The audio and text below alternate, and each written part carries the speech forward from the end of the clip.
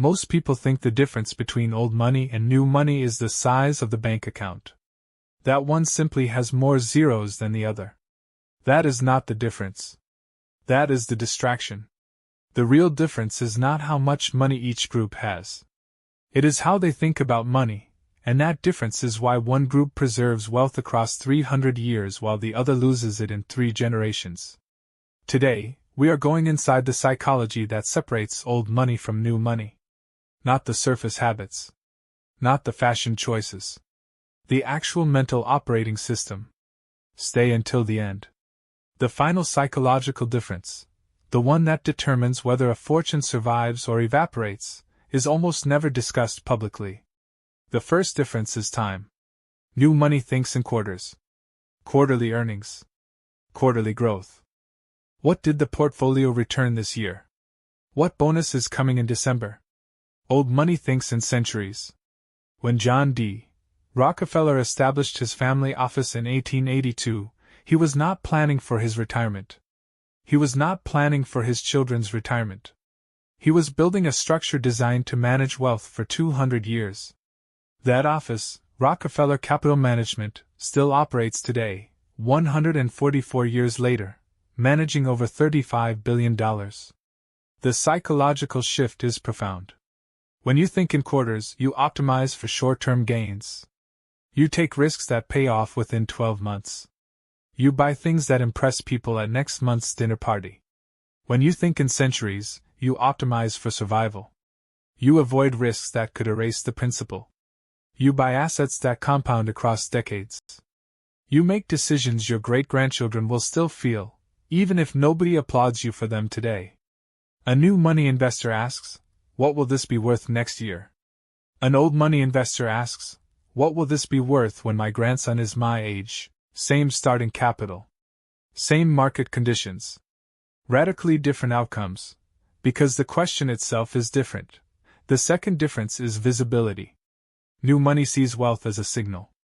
The car, the watch, the logo, these are not just purchases. They are proof. They say, I made it. I arrived. I am no longer who I was. Old money sees wealth as a liability. Every visible asset is a target, for tax authorities, for lawsuits, for public scrutiny, for kidnappers, for journalists, for distant relatives who suddenly remember your phone number. This is not paranoia. This is the lesson of every wealthy family that has survived more than 2 generations. Consider the statistic. Approximately 70% of wealthy families lose their fortune by the 2nd generation. 90% lose it by the 3rd. The 10% that survive do so in part because they make themselves invisible. The Vanderbilt fortune, once one of the largest in American history, was built by Cornelius Vanderbilt in the 1800s. By his children's generation, the family was building mansions that competed with each other for attention. The Biltmore estate, 178,000 square feet, built by his grandson. By the 1970s, the family had no remaining fortune of significance.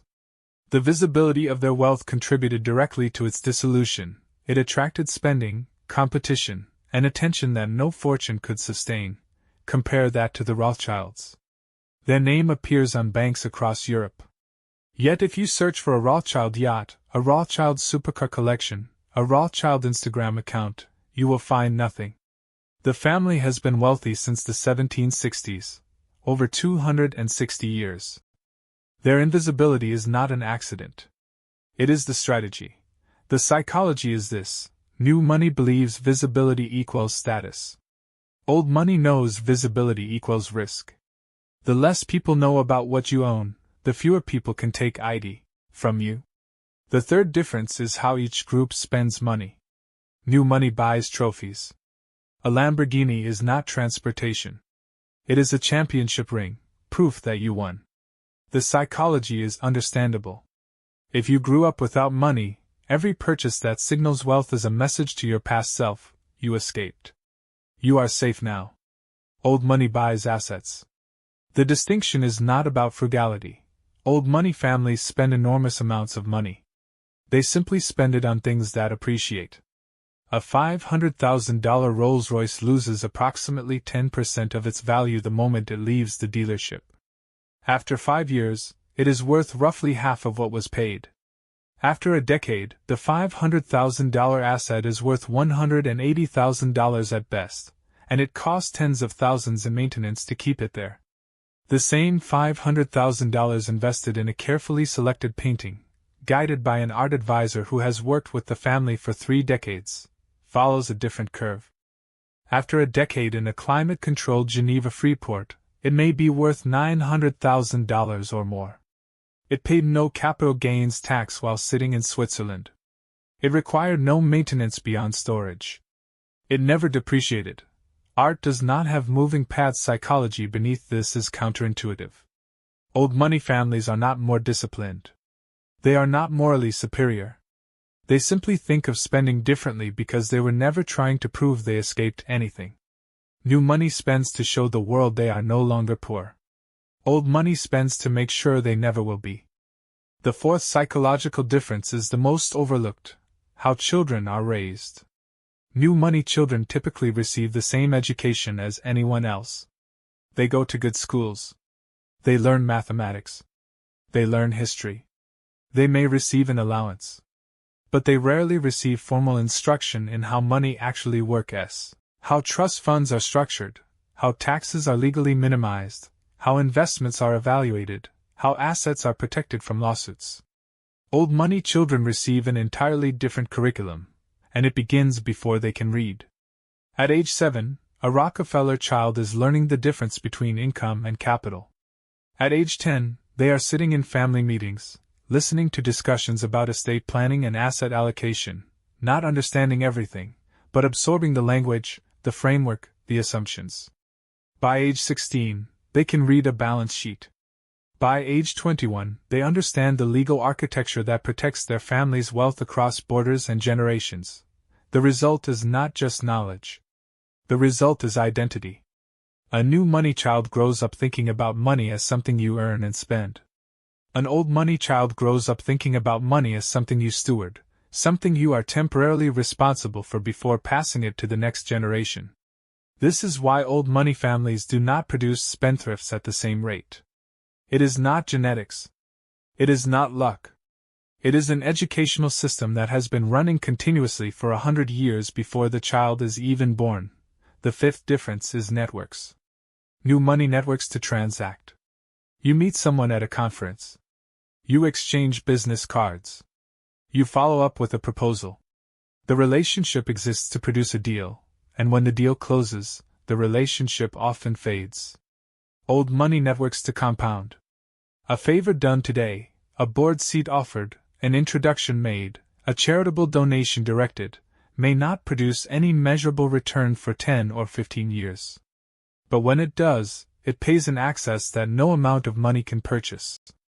The Rockefeller network, passed down through generations, includes heads of state, central bank governors, university presidents, foundation directors. When a Rockefeller heir wants to start a business, they do not send a cold email. They call someone who knew their grandfather, and who owes their career to a Rockefeller Foundation grant made 40 years before that heir was born. That call gets returned in 10 minutes. The psychology is fundamentally different. New money treats relationships as transactions, short-term, measurable, outcome-focused. Old money treats relationships as assets, appreciating over decades, producing unpredictable dividends, and compounding across generations. A transaction ends when the check clears. An asset keeps paying, sometimes long after both parties who initiated it are dead. The sixth difference is perhaps the most counterintuitive. Old money is comfortable with boredom. New money is psychologically addicted to action. The stock market drops 3%. New money calls its broker. A new investment opportunity appears. New money wants in. A competitor makes a move. New money responds. There is a constant need to do something, to feel in control, to generate returns. Old money understands that most financial activity destroys value. Consider the data. A study by Fidelity found that the best performing investment accounts belonged to people who had forgotten they had them, or who had died. The investors who traded the most, who reacted to every market movement, who constantly rebalanced, they underperformed by enormous margins. Old money knows this intuitively. Their portfolios are boring. They own broad index funds, government bonds, prime real estate, and blue-chip equities. They do not chase the latest cryptocurrency. They do not panic sell during corrections. They do not get excited about IPOs. The psychology is not laziness. It is the recognition that wealth does not grow through constant action, it grows through patient, uninterrupted compounding. Every time you act, you introduce the possibility of error. The fewer actions you take, the fewer errors you can make. The most successful old money strategy in history can be summarized in 4 words: do almost nothing forever. The seventh and final difference, the one that determines whether a fortune survives or evaporates, is who each group is performing for. New money performs for the world. Every purchase is a message. Every investment is a story to tell. Every life decision is shaped, at least in part, by how it will be perceived. The audience is external: friends, rivals, social media, the people who once doubted them. Old money performs for the family. The audience is internal: the grandparents who built the fortune, the grandchildren who will inherit it, the family name that has survived wars and depressions and revolutions. This distinction changes everything. When your audience is the world, you buy things the world can see. When your audience is your grandchildren, you buy things that will still matter when they are your age. When your audience is the world, you take risks that generate impressive stories. When your audience is the family, you avoid risks that could end the story entirely. When your audience is the world, your identity is tied to what strangers think of you. When your audience is your family, your identity is tied to what you pass on. Most people believe the difference between old money and new money is the size of the bank account. That belief is precisely why most fortunes do not survive. The difference is not the money. The difference is the mind operating the money. And that mind, shaped by centuries of education, hardened by generations of risk management, trained to think in decades rather than quarters, is the only asset that cannot be taxed, sued, seized, or diluted. New money asks, how do I make more? Old money asks, how do I keep what we already have, and pass it, intact, to the generation that has not yet been born? One of those questions produces fortunes that survive for 300 years. The other produces fortunes that evaporate before the grandchildren learn to drive. The gap is not financial. It is psychological. And the moment you understand that gap, really understand it, you stop trying to look rich and start trying to think like someone who intends to stay that way.